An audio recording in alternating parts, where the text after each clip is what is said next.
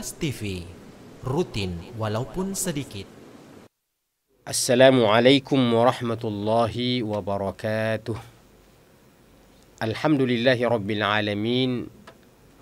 Wassalatu wassalamu ala ashrafil anbiya'i wal mursalin, Nabiyina Muhammadin wa ala alihi wa sahbihi ajma'in. Rabbi syrah li sadri wa yassir li amri wahlul 'uqdatan min lisani yafqahu qawli.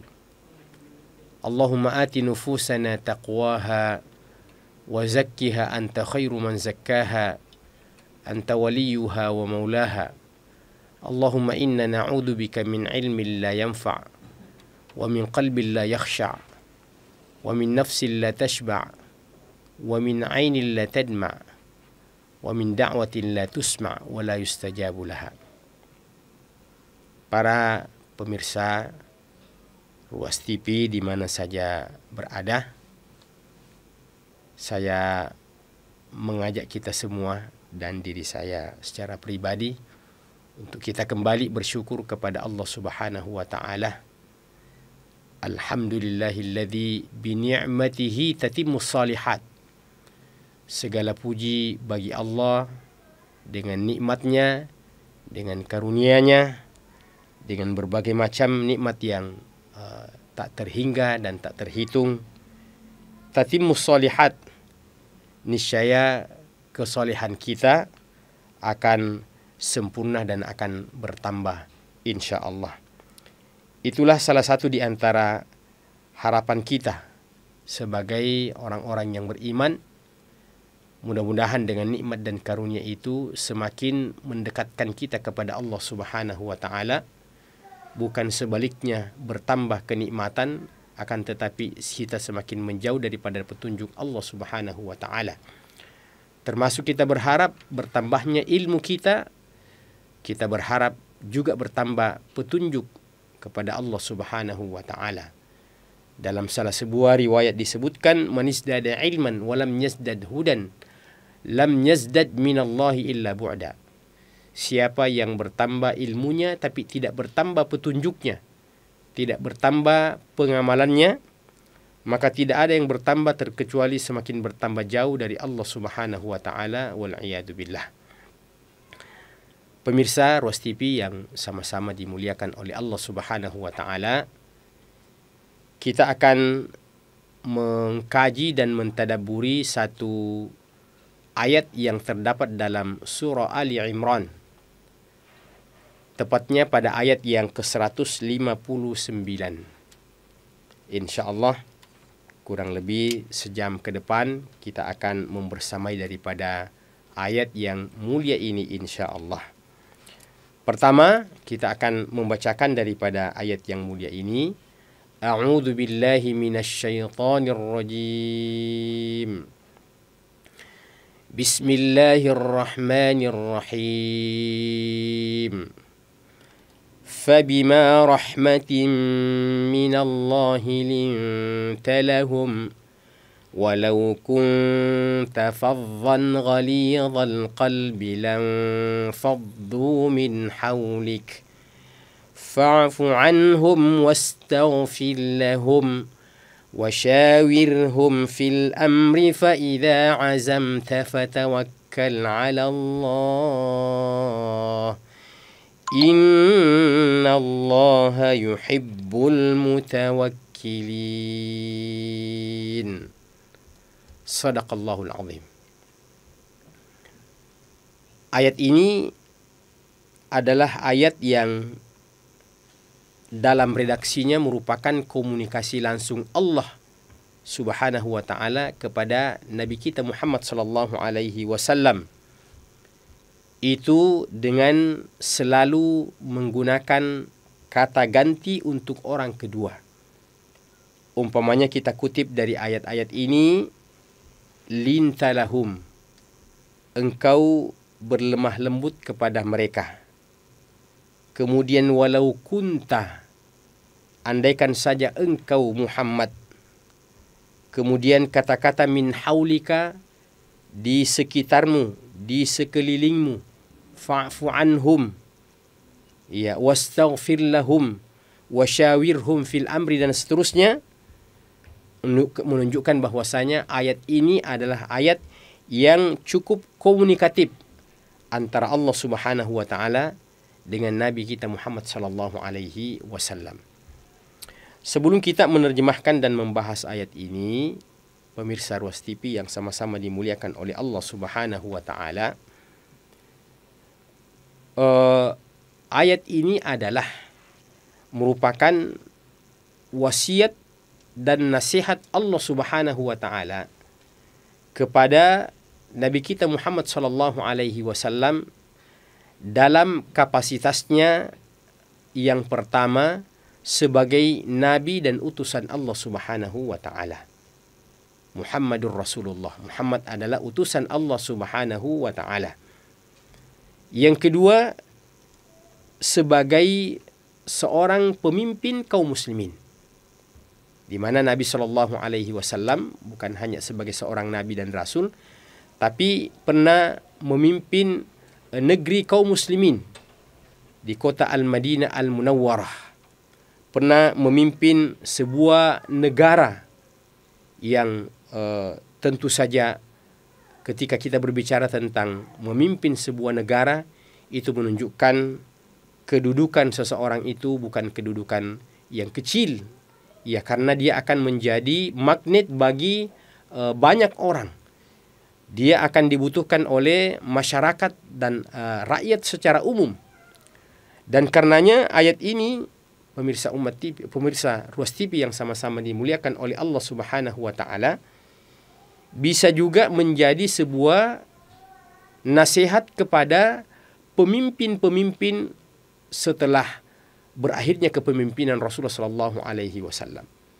Ayat ini akan senantiasa relevan setelah wafatnya Rasulullah sallallahu alaihi wasallam.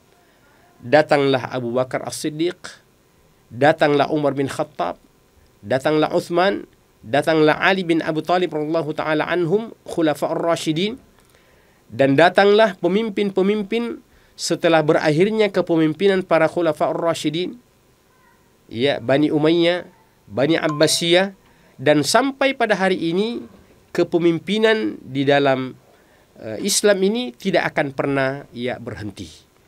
Karena ketika tidak ada pemimpin, walaupun mungkin pemimpin itu ada plus minusnya, akan tetapi tidak adanya pemimpin jauh lebih berbahaya dibandingkan dengan ada pemimpin walaupun ada plus minusnya. Maka Allah Subhanahu wa taala berfirman langsung kepada Nabi sallallahu alaihi wasallam dengan mengatakan, fabima rahmatim minallah. Maka dengan rahmat, ar-rahmah itu adalah kasih sayang. Ya, maka dengan rahmat Allah Subhanahu wa taala, dengan kasih sayang Allah Subhanahu wa taala, dengan kecintaan Allah Subhanahu wa taala kepadamu Muhammad, ya, kepada Nabi Muhammad sallallahu alaihi wasallam sebagai seorang rasul dan utusan Allah Subhanahu wa taala dan sebagai seorang pemimpin kaum muslimin. Lintalahum, engkau memiliki satu sifat yang seharusnya dimiliki oleh setiap calon-calon pemimpin atau yang telah memberlangsungkan kepemimpinannya di negeri-negeri kaum muslimin. Apa sifat yang harus ada pada seorang pemimpin itu? Lintalahum, engkau memiliki sifat lemah lembut kepada orang-orang yang kau pimpin. Engkau memiliki sifat kasih sayang, rasa cinta yang mendalam kepada rakyat dan orang banyak dan orang-orang yang mengikutimu.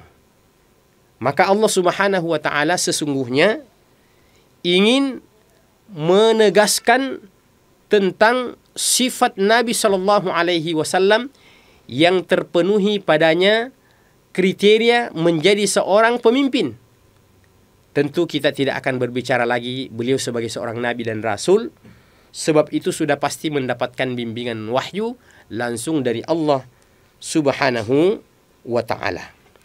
Akan tetapi terutama kapasitas beliau sebagai seorang pemimpin dan kepala negara, yang mana selama dunia ini ada, akan selalu ada kepemimpinan, terutama kepemimpinan di negeri-negeri kaum muslimin yang akan selalu mencontoh kepada kepemimpinan Rasulullah sallallahu alaihi wasallam. Fabima rahmatin minallahi lintalahum, maka dengan rahmat dan kasih sayang Allah Subhanahu wa taala, engkau dapat berlemah lembut kepada mereka Muhammad. Walau kunta faddan, andaikan saja engkau memiliki sifat yang keras. Kemudian ghalidhal qalbi, memiliki pembawaan, memiliki karakter yang berhati kasar. Sudahlah ia keras, kemudian dia juga memiliki pembawaan karakteristik yang ghalidhal qalbi, yaitu yang berhati kasar. Apa yang dimaksud dengan walau kunta faddan ghalidhal qalbi, dan andaikan engkau berlaku keras dan berhati kasar? Di sini penjelasannya dikatakan, ya, sayyi'ul khuluq ay qasihi. Jadi intinya adalah karakter dan sifat tersebut adalah akhlak yang sangat buruk yang ketika ada pada diri seseorang, lebih-lebih pada diri seorang pemimpin. Jadi yang pertama, ketika ada pada diri seseorang, siapa saja orang tersebut, apatah lagi pada diri seorang pemimpin, akan berimplikasi, akan berakibat lam faddu min haulik, orang-orang yang kamu pimpin itu, rakyat dan orang banyak itu Muhammad, niscaya mereka akan menjauh darimu Muhammad, dan tidak ada yang akan mendekat kepadamu, tidak ada yang akan mendukungmu, tidak ada yang akan membelamu. Bahkan mungkin mereka akan berkonspirasi untuk menjatuhkanmu. Biarkan engkau mengakhiri daripada kepemimpinanmu itu Muhammad. Fabima rahmatin minallahi lintalahum walau kunta faddan ghalidhal qalbi lam faddu min haulik. Andaikan engkau berhati kasar dan berlaku keras, maka pastilah mereka akan menjauh darimu Muhammad. Maka Allah Subhanahu wa taala kemudian menegaskan pada diri Muhammad sallallahu alaihi wasallam sebagai seorang rasul dan sebagai seorang pemimpin untuk memiliki kriteria dan sifat-sifat berikut ini, yang merupakan wasiat dan nasihat langsung dari Allah Subhanahu wa taala kepada nabi dan kepada setiap pemimpin yang datang setelah kepemimpinan Rasulullah sallallahu alaihi wasallam berakhir dan pemimpin-pemimpin di kalangan para khulafa'ur rasyidin. Wasiat yang pertama Allah katakan, kalau engkau sebagai seorang pemimpin Muhammad, maka fa'fu anhum, orang-orang yang kamu pimpin itu, bawahanmu, rakyatmu dan orang banyak itu, fa'fu anhum, maka maafkanlah mereka.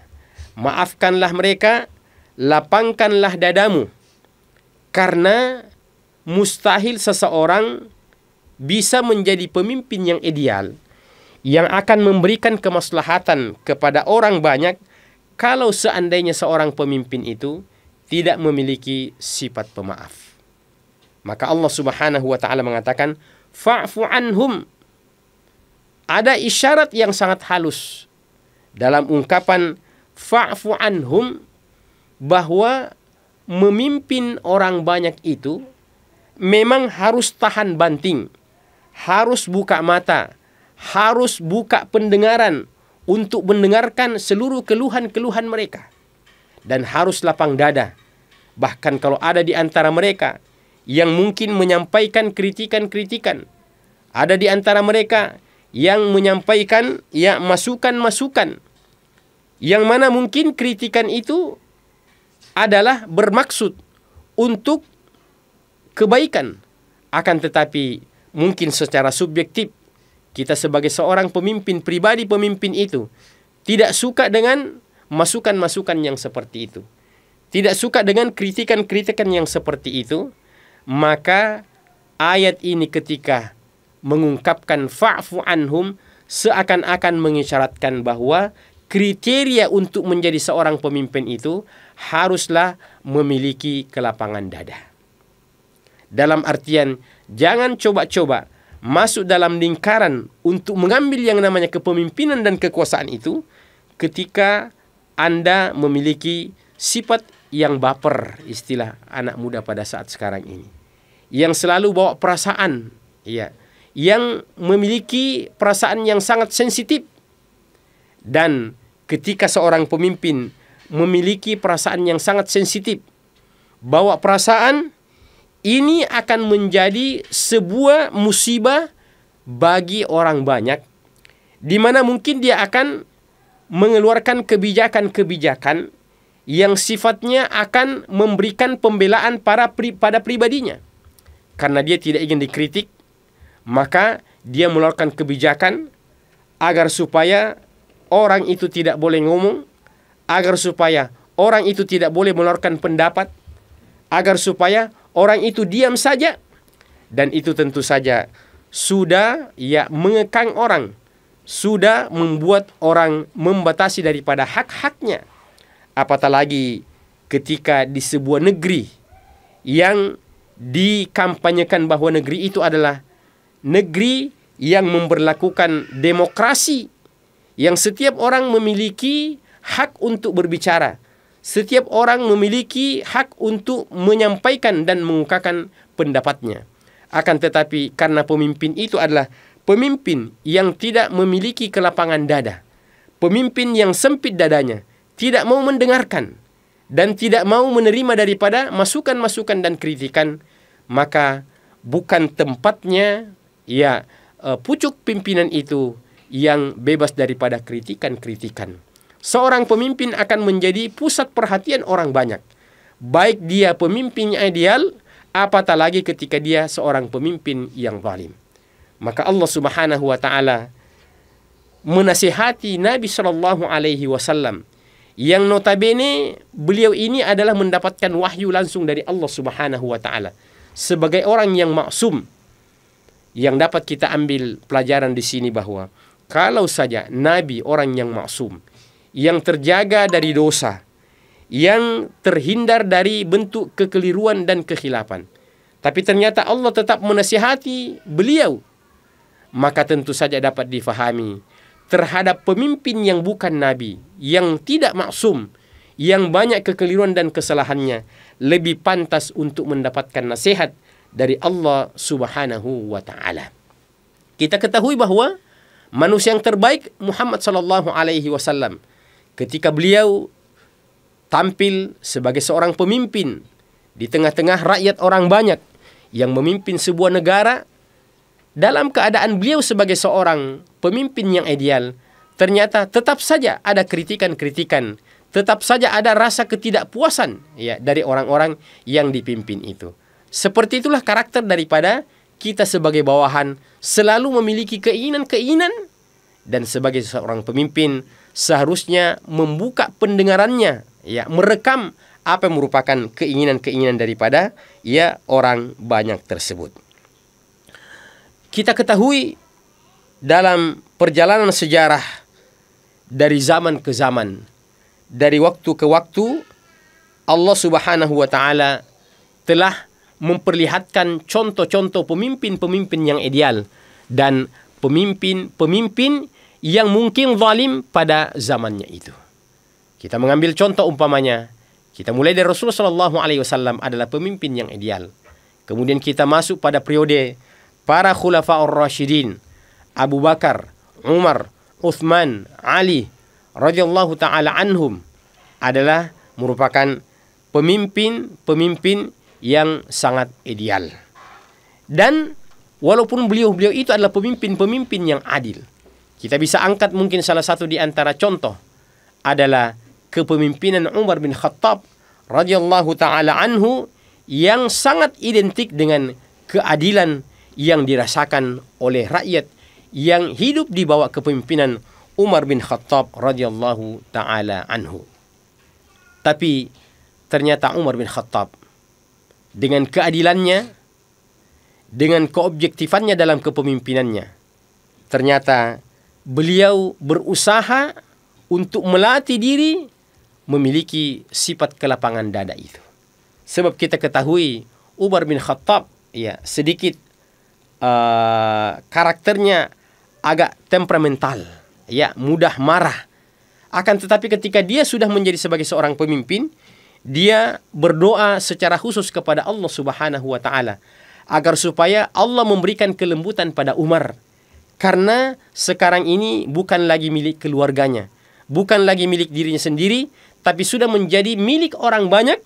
Ketika seorang pemimpin sudah menjadi milik orang banyak, salah satu di antara hal yang harus ada pada seorang pemimpin itu adalah sifat dan karakter kelemah lembutan.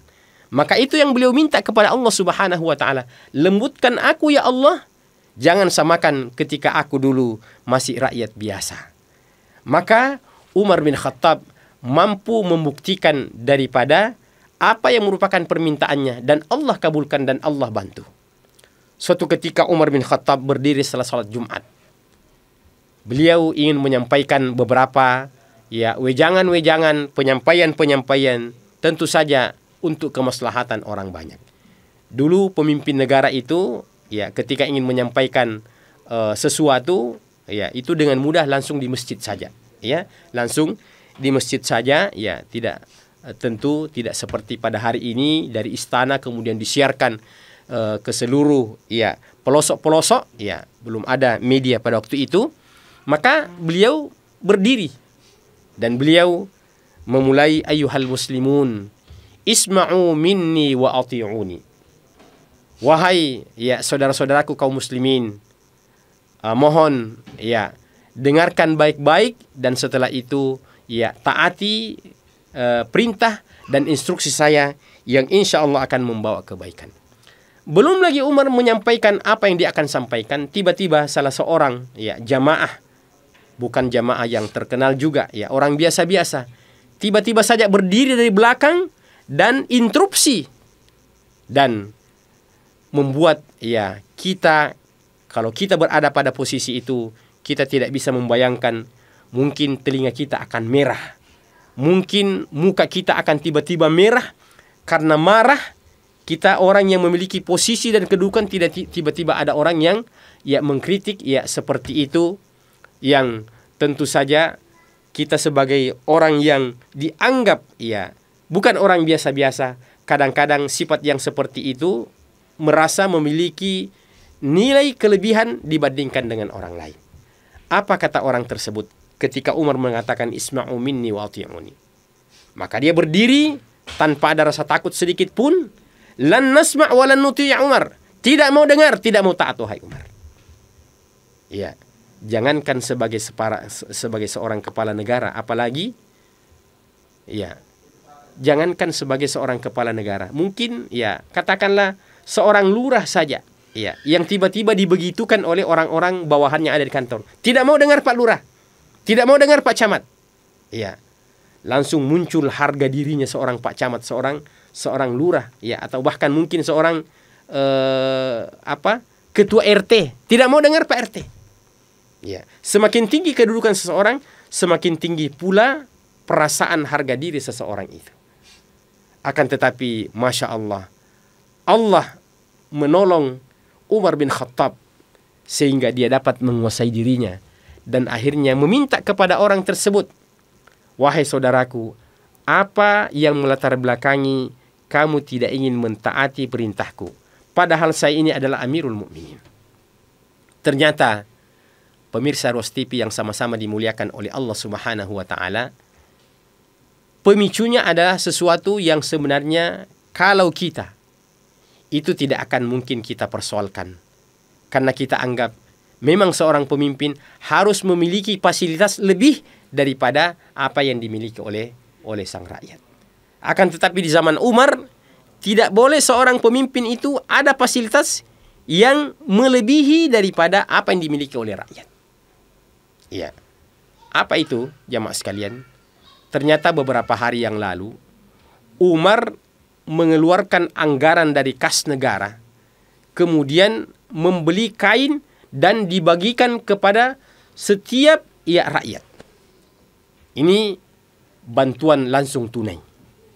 Diberikan berupa kain, ya silahkan mau buat celana, mau buat baju, silahkan. Ya. Nah, tidak ada yang terkecuali. Termasuk Umar juga mendapatkan jatah itu. Jadi ketika ada pembagian jatah, barulah pada saat itu Umar juga memberikan jatah untuk dirinya. Maka singkat cerita, ternyata ketika Umar berdiri, ya menyampaikan wejangan itu, ternyata jatah pembagian ya untuk seluruh rakyat dan untuk beliau itu ternyata beliau sudah jahit. Ya, beliau sudah jahit, sudah jadi celana, sudah jadi baju. Nah, wallahu alam, ya mungkin orang yang kritik tadi ini tahu bahwa apa yang dipakai oleh Umar ini hasil daripada pembagian. Ya mungkin warnanya sama. Pokoknya satu warna putih, semua putih. Ya warna hitam, semua warna hitam. Nah, sementara yang mendapatkan jatah ini, ya salah seorang yang mengkritik tadi itu, katakanlah dia sudah bawa juga kain itu ke tukang jahit. Ya, dia bawa ke tukang jahit. Ternyata setelah dia jahit, itu sudah jadi baju. Sudah jadi baju. Nah, yang membuat dia tidak puas adalah karena ketika Umar berdiri, ternyata pakaiannya itu satu setel. Ada baju, ada celana. Ya, ada baju, ada celana. Maka orang ini langsung menebak, oh berarti Umar tidak adil. Umar tidak adil. Kok bisa ada celananya? Ya, saya sudah bawa ke tukang jahit kemarin, saya cuma dapat baju. Kenapa Umar dapat celana? Berarti tidak adil. Bagaimana seorang pemimpin mau ditaati kalau dia membedakan antara dirinya dengan rakyatnya? Kalau kita pada hari ini jamaah sekalian, ya, lebih daripada itu, kalau Anda pemimpin, Anda presiden, ya, lebih daripada itu kami tidak keberatan. Anda punya istana, wajar Anda sebagai seorang presiden. Ya. Jangan juga kita mengatakan, nah kita rakyat ini mau juga punya istana. Oh, itu terlalu berlebihan. Ya. Ada pesawat pribadinya sang presiden. Oh, kita juga mau memiliki pesawat pribadi. Tidak. Tidak sampai seperti itu permintaan kita sebagai seorang rakyat. Pantas dia sebagai seorang presiden. Ya, ada pesawat pribadi. Ya. Seorang presiden ada mobil anti peluru. Kita juga mau mobil anti peluru. Itu kita tidak sampai seperti itu. Lebih daripada itu silahkan ambil Anda sebagai seorang pemimpin. Tapi di zaman Umar tidak. Di zaman Umar tidak boleh ada yang lebih. Ya. Sehelai dan selembar kain kau melebihkan dirimu Umar, akan kukritik kamu sampai engkau kembali kepada keadilan. Itulah contoh daripada bagaimana Allah mengatakan fa'fu anhum. Berlapang dadalah engkau Muhammad, karena memang yang namanya pemimpin itu adalah pusat perhatian orang banyak. Kita akan dikritik. Ya, itulah sebabnya mungkin sampai detik ini saya tidak jadi presiden, karena memang saya tidak mampu untuk dikritik. Ya, cukup saya menjadi pemimpin dalam rumah tangga, itu pun kadang-kadang saya tidak sabar ketika dikritik. Ya, rahimallahu mur'an arafa qadra nafsihi. Semoga Allah Subhanahu wa taala merahmati seseorang yang mengetahui kadar kemampuannya. Ya, yang kedua juga karena memang tidak ada yang pilih saya. Fa'fu anhum. Maka ampunilah maafkanlah mereka Muhammad. Nah, kita lanjut cerita tentang Umar tadi itu. Umar dapat mengusai dirinya dan akhirnya memberikan kesempatan ya untuk hak jawab. Seseorang, setiap warga negara punya hak untuk memberikan pembelaan pada dirinya, termasuk sang pemimpin itu. Ya. Maka apa yang dilakukan oleh Umar bin Khattab, dia cuma cari Ibnu Umar, anaknya. Mana Ibnu Umar? Abdullah bin Umar. Nah, saya, wahai Amirul Mukminin. Maka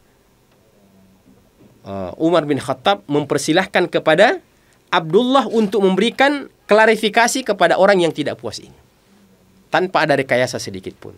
Maka berdirilah Abdullah bin Umar, ya, memberikan klarifikasi bahwa sesungguhnya pembagian kain itu kepada seluruh rakyat itu sama semuanya. Ya, termasuk Amirul Mukminin itu sama dengan apa yang Anda dapatkan. Dan saya juga mendapatkan jatah. ya, bukan karena saya sebagai seorang anaknya Amirul Mukminin, tapi saya sebagai salah seorang rakyat yang punya hak juga. Semua dibagi rata. Tapi setelah saya mendapatkan pembagian itu, maka dengan keikhlasan saya berikan kembali kepada ayah saya Amirul Mukminin. Akhirnya dia jadilah celananya, jadilah bajunya satu setel. Apakah yang seperti itu termasuk melanggar? Kalau itu termasuk melanggar, maka Umar siap untuk diproses. Tapi kalau itu sesuatu yang tidak melanggar, maka akhirnya orang itu sekarang lanjutkan apa saja yang mau katakan Umar, saya siap untuk taat dan saya untuk membela. Inilah contoh pemimpin yang ideal, yang tidak punya beban, mau diapakan saja, mau dikritik, karena memang tidak ada sesuatu yang disembunyikan. Kadang-kadang seorang pemimpin mengatakan, buka lebar-lebar, jangan ada tutup-tutupi. Tapi wallahu ta'ala alam, kita tidak tahu di balik daripada buka lebar-lebar, tapi maksudnya tutup.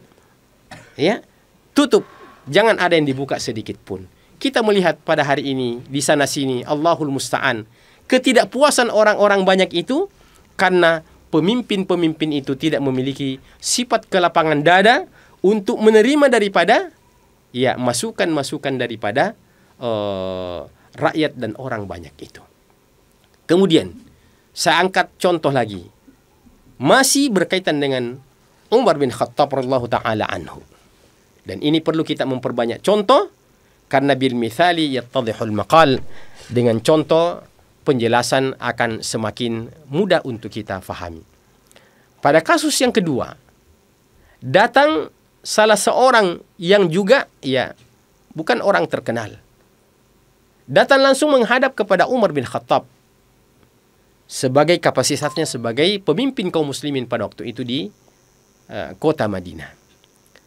Apa kata orang tersebut? Ternyata orang tersebut datang meminta kebutuhan-kebutuhannya yang berkaitan dengan pribadinya. Langsung meminta kepada Umar bin Khattab.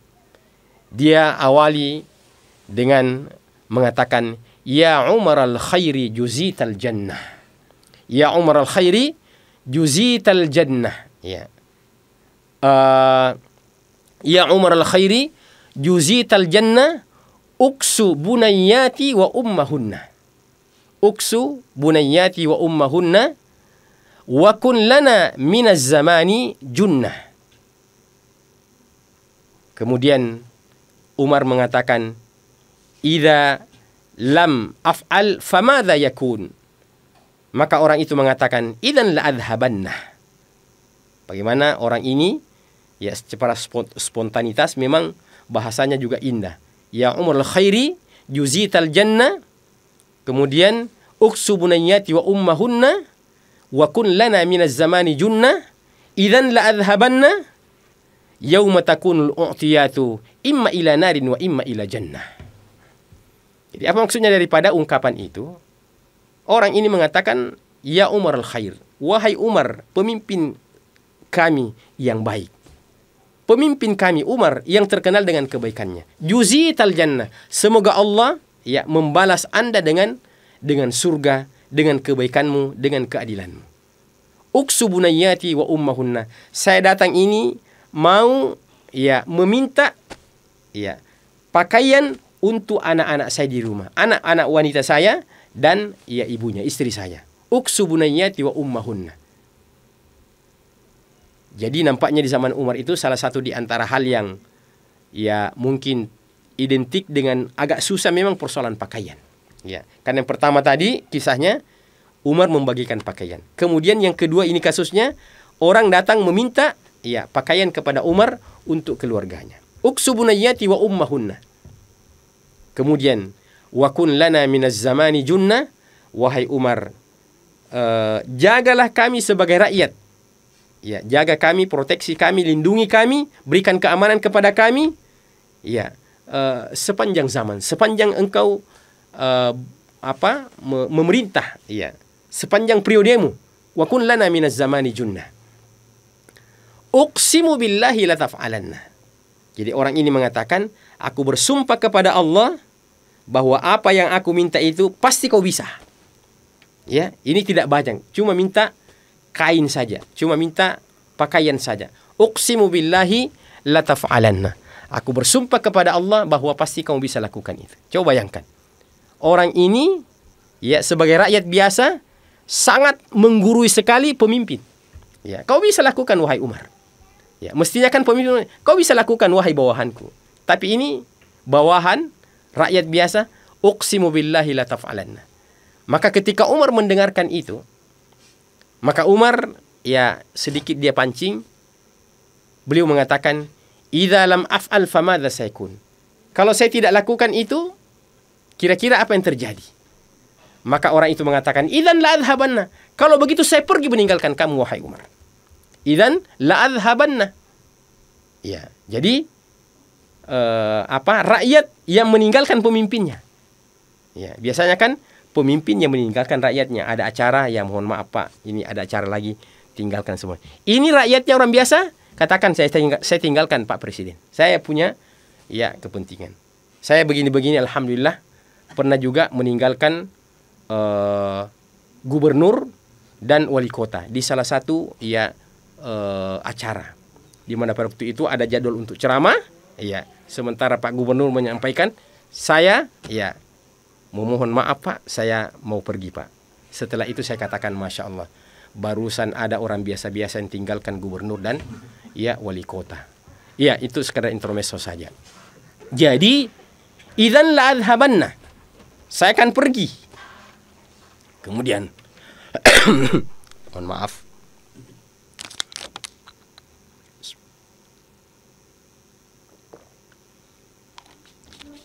Kemudian Umar melanjutkan, "Idza dhahabta famadza yakun?"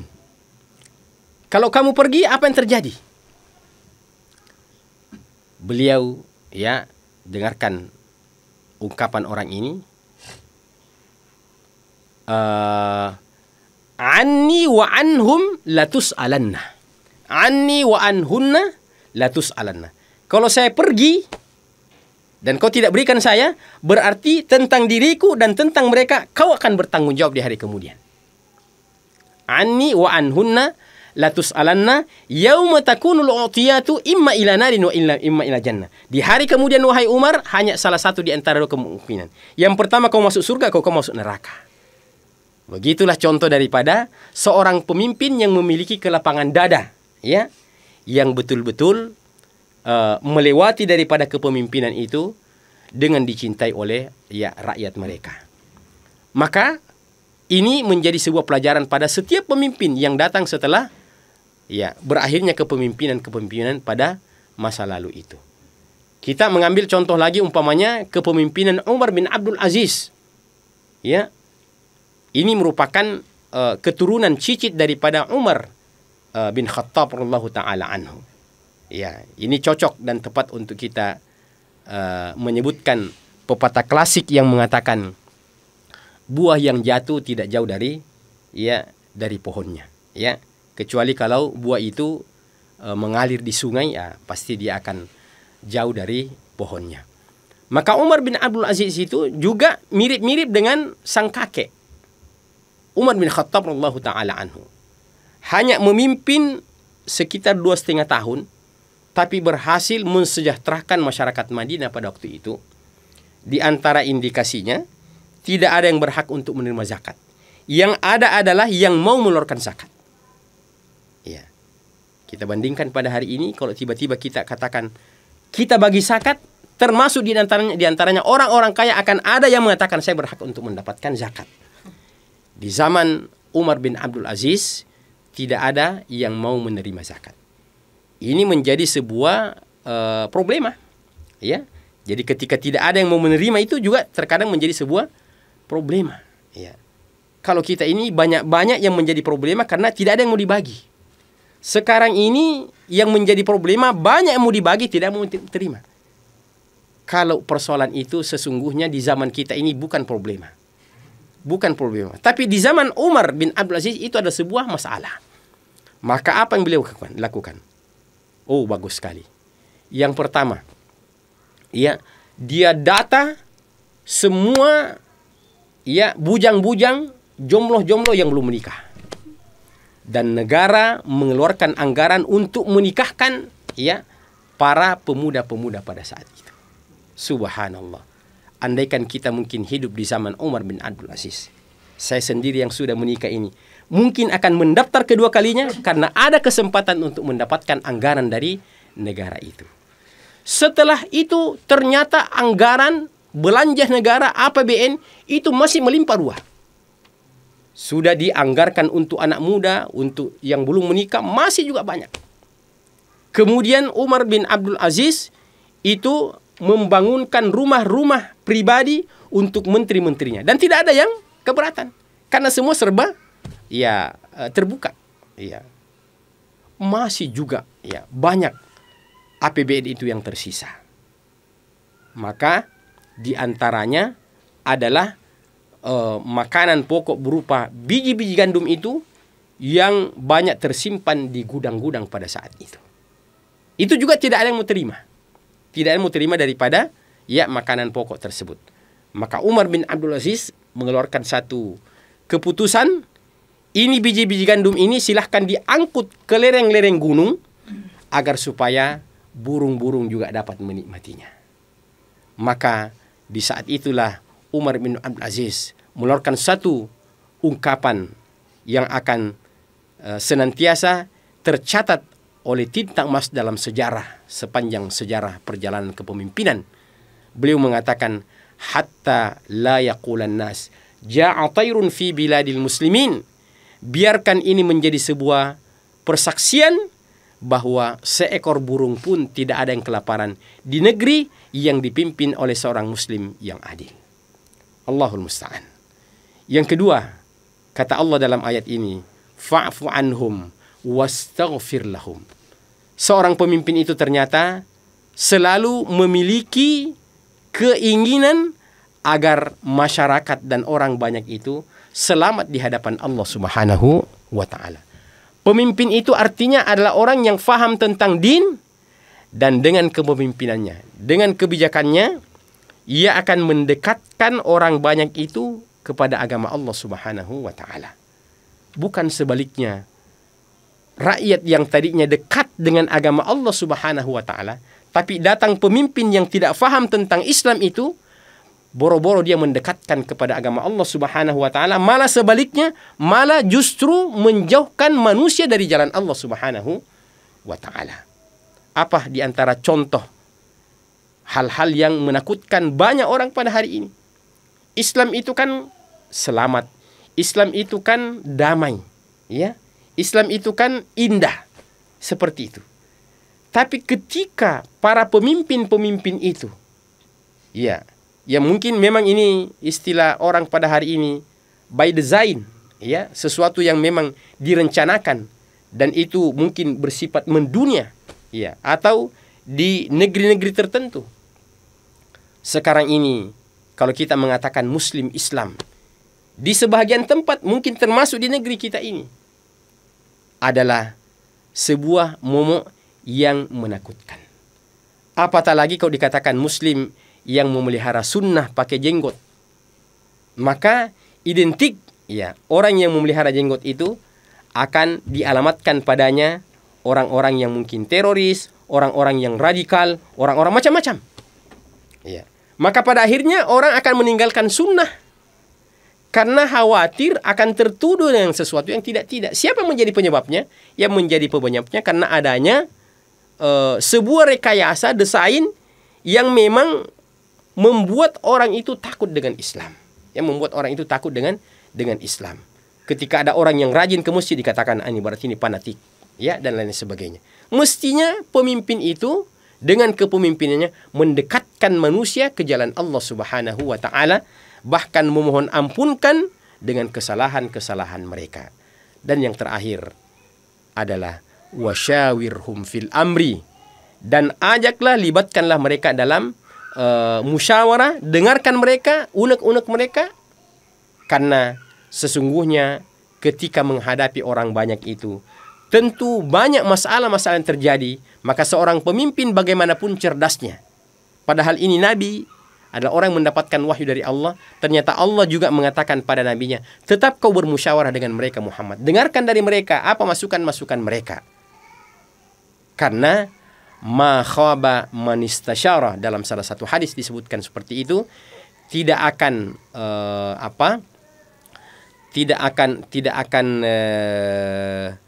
pernah seseorang itu gagal ketika ia membiasakan yang namanya bermusyawarah. Nah, tentu dalam konteks kita di negeri kita ini atau di negeri-negeri kaum muslimin, ya, kita diajak musyawarah oleh pemimpin kita ini, yaitu dengan bermusyawarah dengan wakil-wakil kita yang ada di DPR, yang ada di MPR, apalah istilahnya, ya. Oleh karena itu, orang-orang yang menjadi wakil-wakil kita ini harus orang-orang yang amanah juga untuk menyampaikan perkara-perkara yang memang merupakan kepentingan dan kebutuhan daripada rakyat dan orang banyak itu. Ya, tidak mungkinlah kita ini semuanya rakyat 250 juta mau datang bertamu ke istana, itu sesuatu yang tidak mungkin. Tapi ada wakil-wakil rakyat kita. Akan tetapi sungguh sangat disayangkan ketika wakil-wakil kita itu juga ternyata berindikasi mengkhianati daripada ya rakyat dan orang banyak itu. Maka ini mungkin ada hal yang perlu untuk kita evaluasi. Berhati-hatilah dalam memilih ya wakil-wakil itu yang kita anggap mungkin bisa mengkhianati. Ini banyak persoalan yang kita hadapi dalam kehidupan rumah tangga, sampai dalam kehidupan lingkungan, sampai dalam kehidupan berbangsa dan bernegara.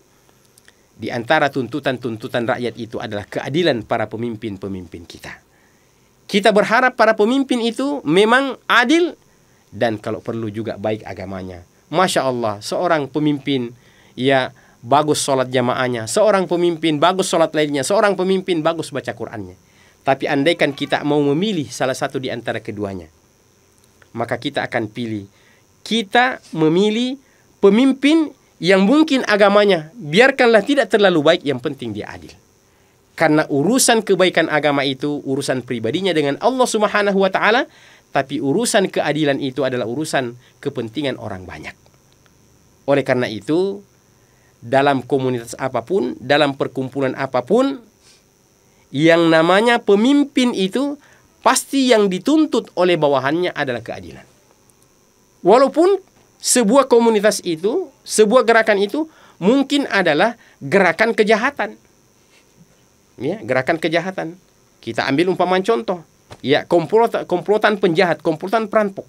Komplotan berarti ada pemimpinnya. Ada pemimpinnya daripada penjahat itu.